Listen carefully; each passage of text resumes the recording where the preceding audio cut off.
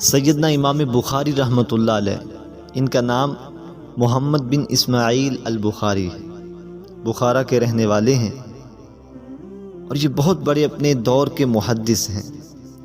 اتنے بڑے محدث کہ کتاب اللہ کے بعد جو سب سے صحیح ترین کتاب سمجھی جاتی ہے روئے زمین پر، وہ صحیح البخاری ہے جو سیدنا محمد بن اسماعیل البخاری نے لکھی ہے۔ فرمایا کہ اس کتاب کو لکھتے وقت ایک ایک حدیث لکھنے سے پہلے سیدنا امام بخاری رحمۃ اللہ علیہ نے اتنی محنت فرمائی کہ سب سے پہلے غسل فرماتے، پھر کپڑے پہنتے، 2 رکعت نماز نفل ادا کرتے، اس کے بعد ایک حدیث لکھتے۔ اسی طرح کرتے کرتے کم و بیش 8000 حدیثوں کا مجموعہ صحیح بخاری کی صورت کے اندر امت کے سامنے پیش فرمایا۔ آپ کا بہت بڑا مقام ہے محدثین کی فہرست کے اندر۔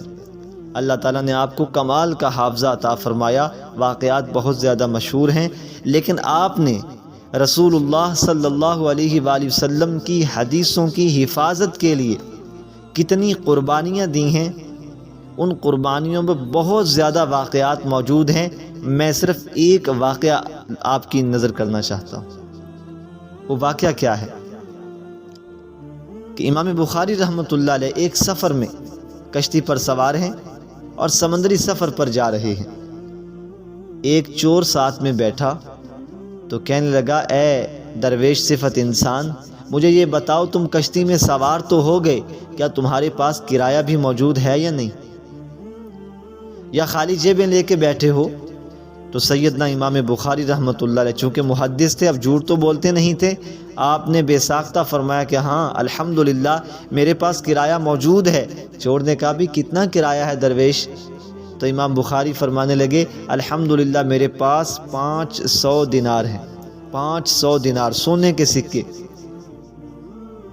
وہ چور بڑا حیران ہوا کہ اتنی کثیر رقم، اتنی خطیر رقم یہ درویش کے پاس کیسے آئی، اس سے چھیننی چاہیے۔ تو درویش نے جب یہ سنا، وہ چور نے جب یہ بات سنی کہ درویش کے پاس 500 سونے کا سکہ ہے، ایک تھیلی ہے، تو اس نے شور مچانا شروع کر دیا کشتی میں، کہا کہ لوگوں میرا سونا چوری ہو گیا۔ لوگوں نے پوچھا، بھی کتنا سونا ہے؟ تو فوراً چور کہنے لگا کہ 500 دینار ایک تھیلی کے اندر بند ہے، وہ میری تھیلی چوری ہو گئی، اب کشتی میں جتنے لوگ ہیں ان سے تلاشی لوں گا۔ سارے لوگ حیران ہیں۔ سیدنا امام بخاری رحمۃ اللہ علیہ کو پتہ چل گیا کہ یہ چور مجھ سے وہ 500 دینار جو ہیں وہ چھیننے کی کوشش کر رہا ہے ناحق۔ جب ایک ایک کر کے سارے لوگوں سے تلاشی لی گئی تو کسی کی جیب سے وہ 500 دینار کی تھیلی نہ ملی۔ وہ چور بڑا غضبناک ہوا اور وہ شرمندہ ہو کر، شرمسار ہو کر امام بخاری رحمۃ اللہ علیہ کے ساتھ بیٹھ گئے اور کہنے لگا کہ اے درویش، تم شکل و صورت سے بڑے محبوب اور معصوم لگتے ہو، بڑے شریف انسان لگتے ہو، تم امانت دار ہو، تم سچے لگتے ہو، لیکن تم نے جھوٹ کیوں بولا کہ تمہارے پاس 500 دینار سونے کی تھیلی ہے؟ قربان جائیں سیدنا امام بخاری رحمۃ اللہ علیہ پر، خدا کی قسم اتنی بڑی قربانی کہ سیدنا امام بخاری رحمۃ اللہ علیہ فرمانے لگے، اے چور سن میری بات، اللہ رب العزت کی قسم میرے پاس واقعتاً 500 دینار کی تھیلی موجود تھی، 500 سونے کے سکے موجود تھے ایک تھیلی کے اندر۔